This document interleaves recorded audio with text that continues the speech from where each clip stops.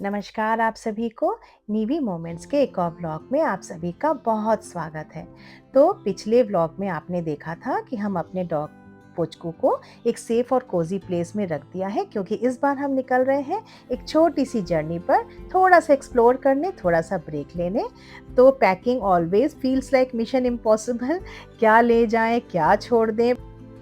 तो हम पैकिंग वगैरह करके और निकल गए हैं मॉर्निंग में रायपुर एयरपोर्ट की तरफ, क्योंकि जो है मैं हम जहाँ जा रहे हैं वहाँ पे हम क्या करने वाले हैं, हम कैसे अपने दिन बिताएँगे और हम जो वहाँ से मैं छोटे-छोटे टिप्स भी आपको दूँगी ताकि आप जब प्लान करें, तो मेरे टिप्स आपको कुछ हेल्प कर सकें।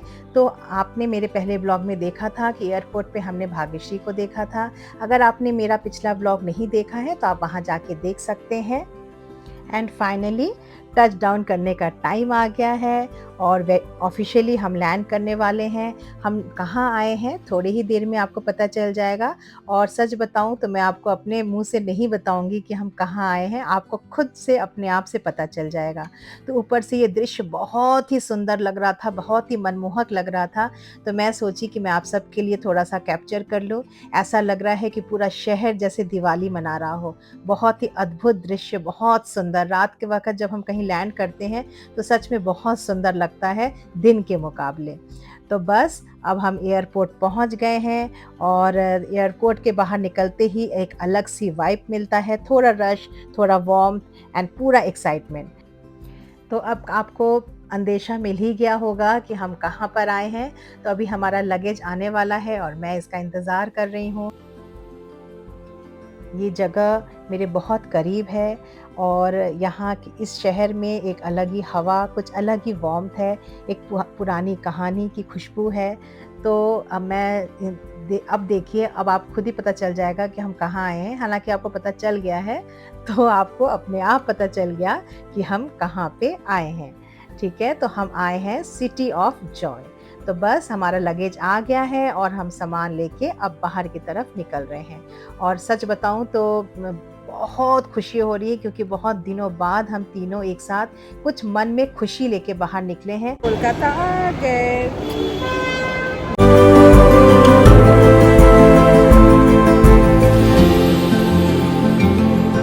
तो हम टैक्सी में बैठ गए हैं। तो यहाँ मैं बोलना चाहूँगी कि जब भी आप कोलकाता आएँ, तो 3 ऐप ज़रूर डाउनलोड कर लें।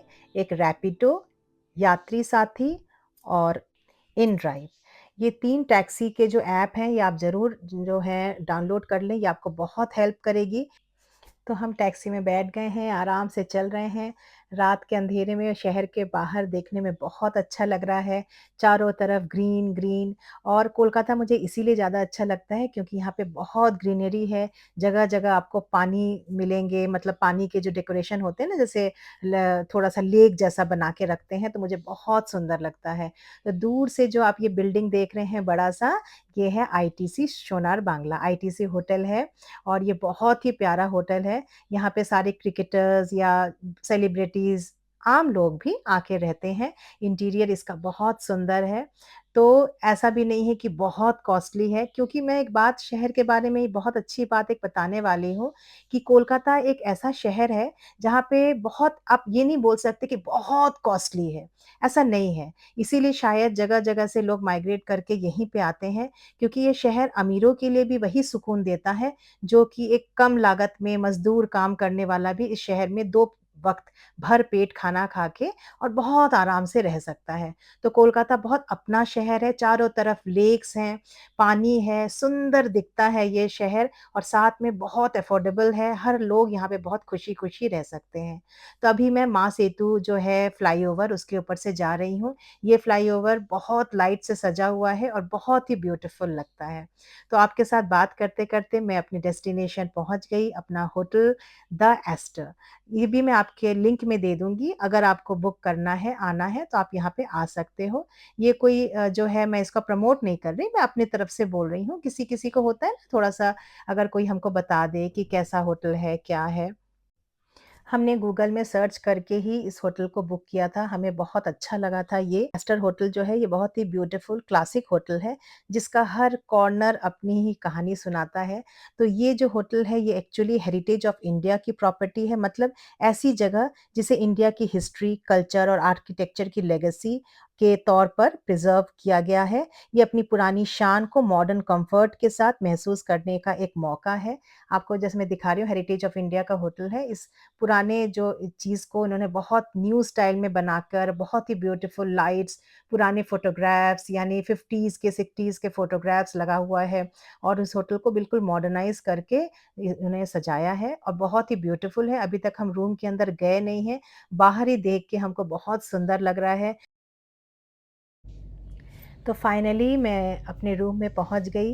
रूम में पहुँचते ही दिल एकदम खुश हो गया, क्योंकि अगर आदमी 3-4 दिन एक कमरे में बिताना चाहता है, तो वो कमरा भी इतना कंफर्टेबल और इतना सुंदर होना चाहिए कि आसानी से उस कमरे के अंदर 3 लोग, 4 लोग अपना आराम से जो है काट सकें खुशी-खुशी। तो बहुत ब्यूटीफुली डेकोरेटेड है ये रूम। यहाँ पे एक बैठने का सोफ़ा है, एक टेबल है और अंदर जो है एक किंग साइज़ का बेड है जो बहुत सुंदर से डेकोरेट किया गया है। वहाँ पे एक कबर्ड है, जगह-जगह पे सुंदर फ़ोटोग्राफ्स लगे हुए हैं, लाइट्स लगा हुआ है, एक स्टडी टेबल है, एक उसमें चेयर लगी हुई है। तो मुझे ये सब देख के बहुत अच्छा लगा। यहाँ पे इनका जेस्चर एक बहुत सुंदर से कोटेशन लगा के रखे हुए हैं, जो मुझे बहुत अच्छा लगा। कुछ नया किया है इन्होंने। आगे मैंने कभी इस होटल में ऐसा कभी कहीं पे मैंने ऐसे कोटेशन देखा नहीं। तो चलिए देखते हैं वॉशरूम जो सबसे मेन होता है होटल का। तो वॉशरूम देख के भी दिल खुश हो गया, बिल्कुल साफ-सुथरा है और मेन चीज़ ये है कि जो नहाने की जो जगह है, वो अलग कॉर्नर में बना हुआ है, वो मुझे सबसे अच्छा लगा। यहाँ पे ये बना हुआ है, सामने कर्टन है।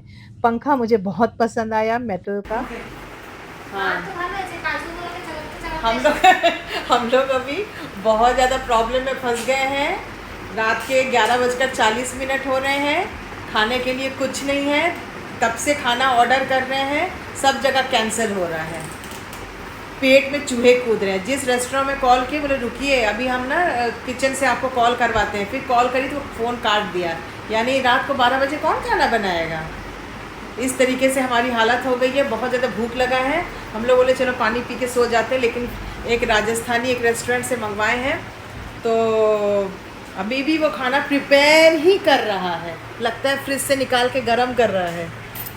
तो इतनी ज़्यादा भूख लगी है, इतनी ज़्यादा भूख लगी है कि मैं क्या बताऊँ, है बहुत, सबको बहुत भूख लगी, लेकिन कैसे खाएं, क्या करें, कुछ समझ में नहीं आ रहा है। अब जब हम खाना खाएंगे तब तो दूसरा दिन हो जाएगा। मेरे हस्बैंड कॉल पे कॉल लगा रहे, भैया आपका खाना बना, आपका खाना बना, आपका खाना बना। भैया दे रहे हैं, भैया दे रहे हैं, भैया दे रहे हैं, दे ही रहे हैं। हम लोग से बहुत हम लोग गलती हो गई। हम लोग सोचे कोलकाता, जब हम लोग, मेरी बेटी यहाँ पे जब न्यू टाउन में रहती थी तो तो उन लोग खाना मंगवाते थे रात को 12, कभी हम लोग खूब चिल आउट करते थे, मस्ती करते थे, खूब सारे स्टार्टर वाटर खा लिए, भूख नहीं है, अचानक से रात को भूख लगी तो फिर रात को ऑर्डर करते हैं। यहाँ 24/7 ज़ोमैटो चलता है। लेकिन हम लोग सोचे चलो हम ठीक है, हम रूम में आके खाना खा लेंगे। वो माँ बार बार खाना कैंसिल कर रही। इससे अच्छा रहता है हम लोग अब रूम में आके फ्रेश वगैरह सामान वामान रख के निकल जाते और खाना। कितने रेस्टोरेंट हैं यहाँ आसपास बिट्टू? 150 रेस्टोरेंट है आसपास, वहीं चले जाते, खा लेते, एक से एक रेस्टोरेंट्स हैं। तो फाइनली 12:17 पे खाना आ गया और बिल्कुल गरम खाना है। तो मैं जो है जल्दी-जल्दी से खाने को प्लेट्स में लगा रही हूँ। बहुत कुछ है, रोटी है, दाल है, चावल है, पनीर की सब्ज़ी है, मिक्स वेज है और अचार है, चटनी है, रोटी के बीच में घी लगा हुआ है, सैलड है। तो अभी तो बहुत भूख लगी है, हम खाना खा लेते हैं, लेकिन ये सिर्फ़ एक शुरुआत है। अगले व्लॉग में एक्सप्लोर करेंगे कोलकाता के कुछ हिडन जेम्स। तो लाइक करिए, कमेंट करिए और सब्सक्राइब करना ना भूलिए मेरे व्लॉग को, क्योंकि अभी तो ट्रैवल की कहानी शुरू हुई है। तो निवी का प्यार भरा नमस्कार।